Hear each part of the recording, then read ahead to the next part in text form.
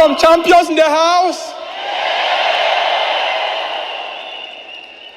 Guys, can we agree this has been the best convention ever? So, I want to begin by giving a huge thank you to the Home Office. Because without the Home Office, we will not be able to do what we do every single day. Most especially to our leader, our president, Todd Buchanan, Susan Davis, for what they do every single day for us to be successful. We want to say thank you. Now, today, and this convention, it marks a special day in my life. It marks my 7th year of being in WFG.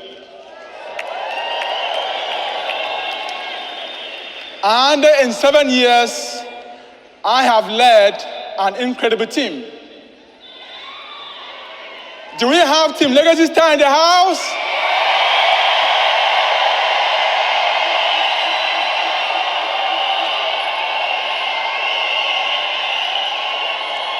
So, your story is a story that is only possible in the United States of America. It's a story that's only possible in WFG. Now, I'm going to highlight something, and it's going to be the big M. In 4 years, people that joined WFG from no background of finances, this opportunity called World Financial Group, they came from healthcare background, they came from IT, and in just 4 years of joining, we now have 8 people, 8 agents in our hierarchy that are making over $1 million a year. That's the story. That record is a record you can't find anywhere, not in Africa, not in Europe, not in Asia. It's a story that's only possible here in WFG. Now, all of this success will not have been possible without the power of one person. But before I talk about that one person, your evidence, Team Legacy Star, last night, your presence on stage, and we heard from some of the leaders. It is testament of your hard work and all the families who've been helping together. All of this success would not have been possible without the help of the rock of my life, the bone of my bone, the rock star and the pillar of WFG, my wife, in the person of Linda Fombo.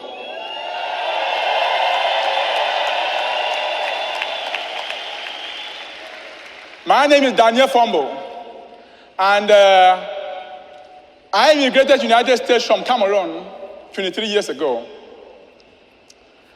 My prior career was in nursing. So I was a nurse for 10 years, and I was a family nurse practitioner for 3 years. In these 2 roles, I worked 3 jobs to make ends meet. I was trying to get ahead financially, and things were tough. We were happy being nurses. We thought we were at the top, but we're not satisfied. But when the WFG opportunity found us, we knew from day one that's the opportunity we'll be looking for.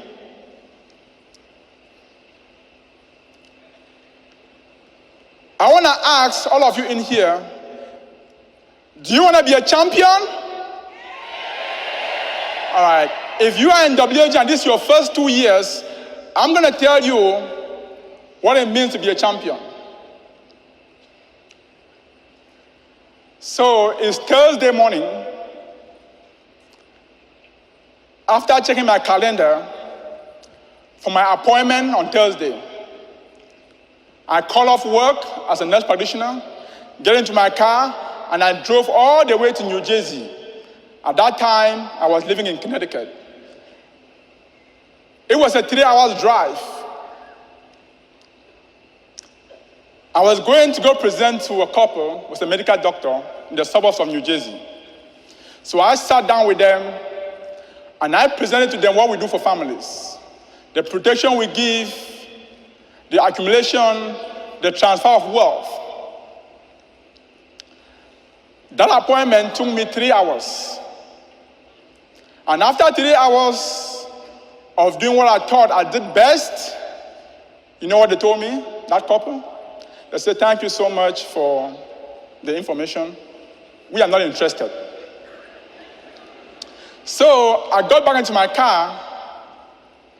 Prior to getting to my car, I'm looking at my windshield. I see a parking violation. I have parked my car in the wrong place.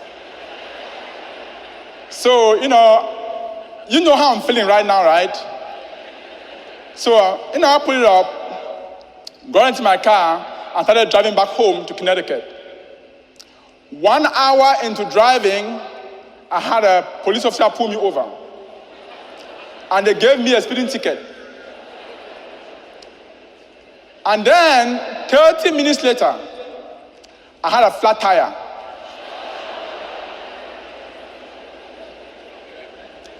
I had the car towed for repairs.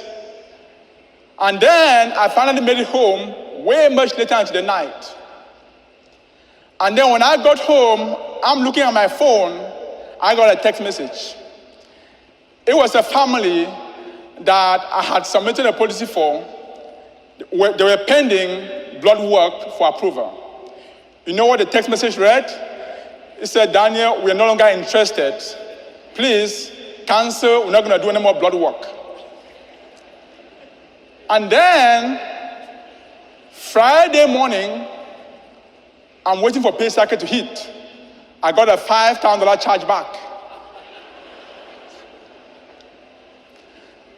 That didn't happen 1 time, 2 times, 3 times. It happened 19 times. So I want to prepare your mind because everybody sees the glory, but nobody knows the story. So I want to ask you one more time before I proceed. Do you want to be a champion? All right, so let me continue.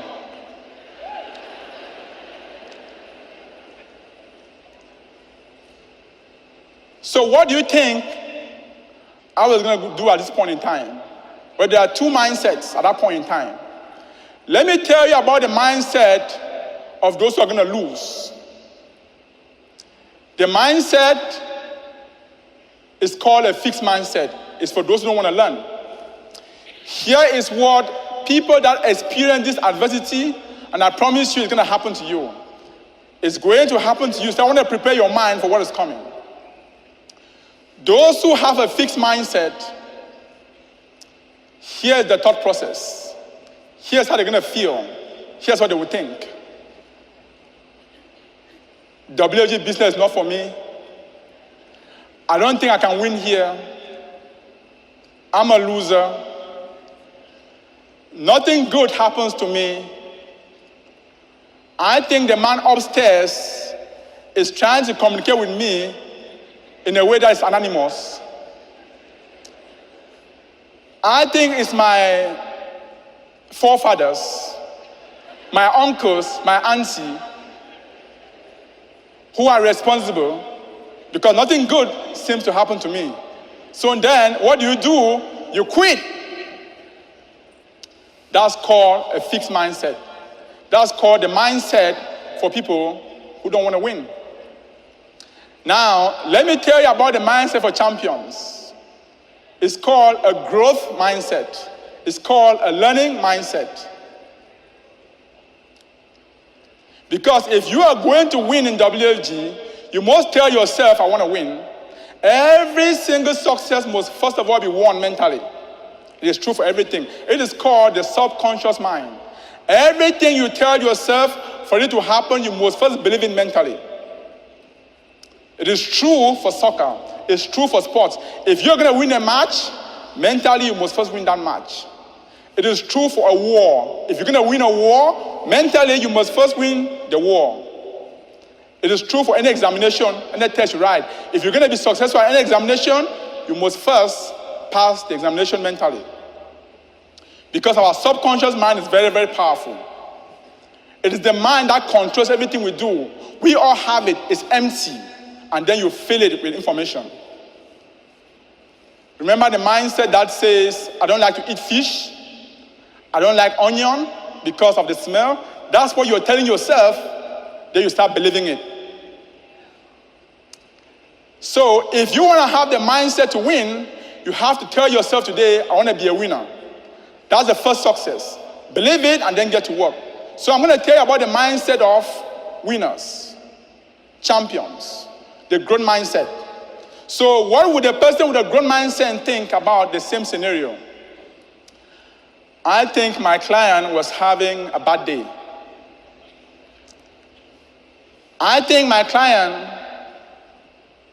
I didn't do much of a good job. I have to go back and practice. I didn't answer the question they were asking me the correct way. Let me go back and prepare some more.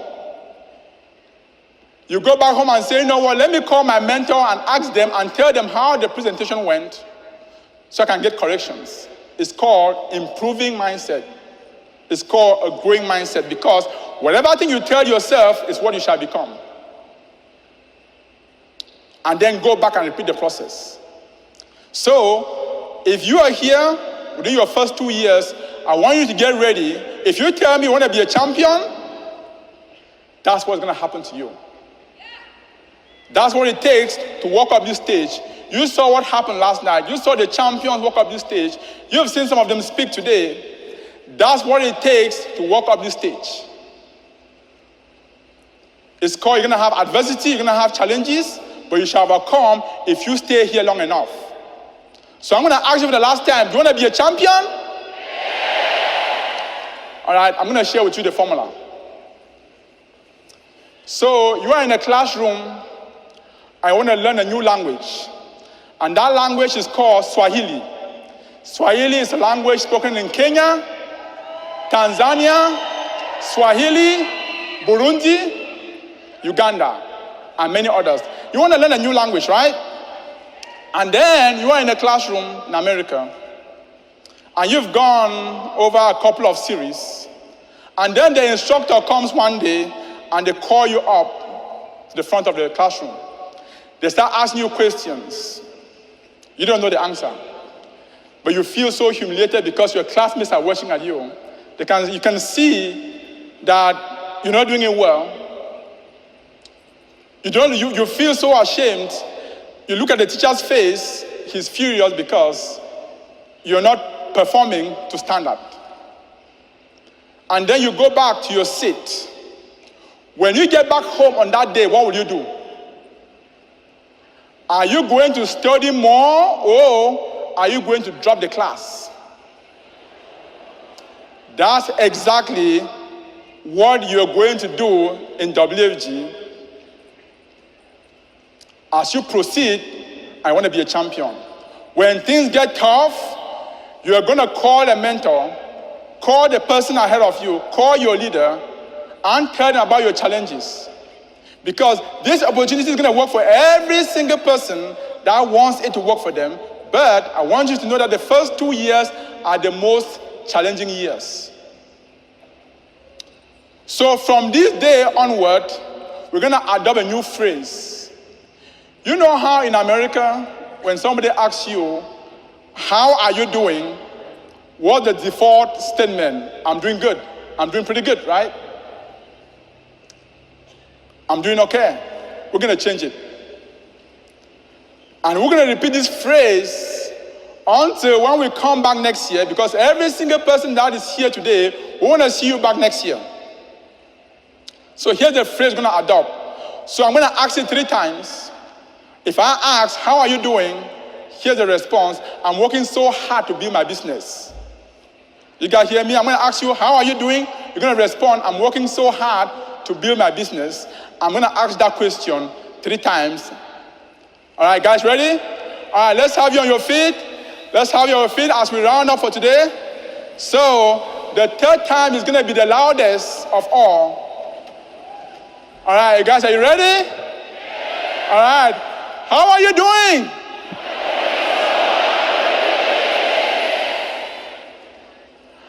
How are you doing? All right, this is the last one and the loudest of all. How are you doing? Thank you so much. Let's make it happen. Have a blessed day.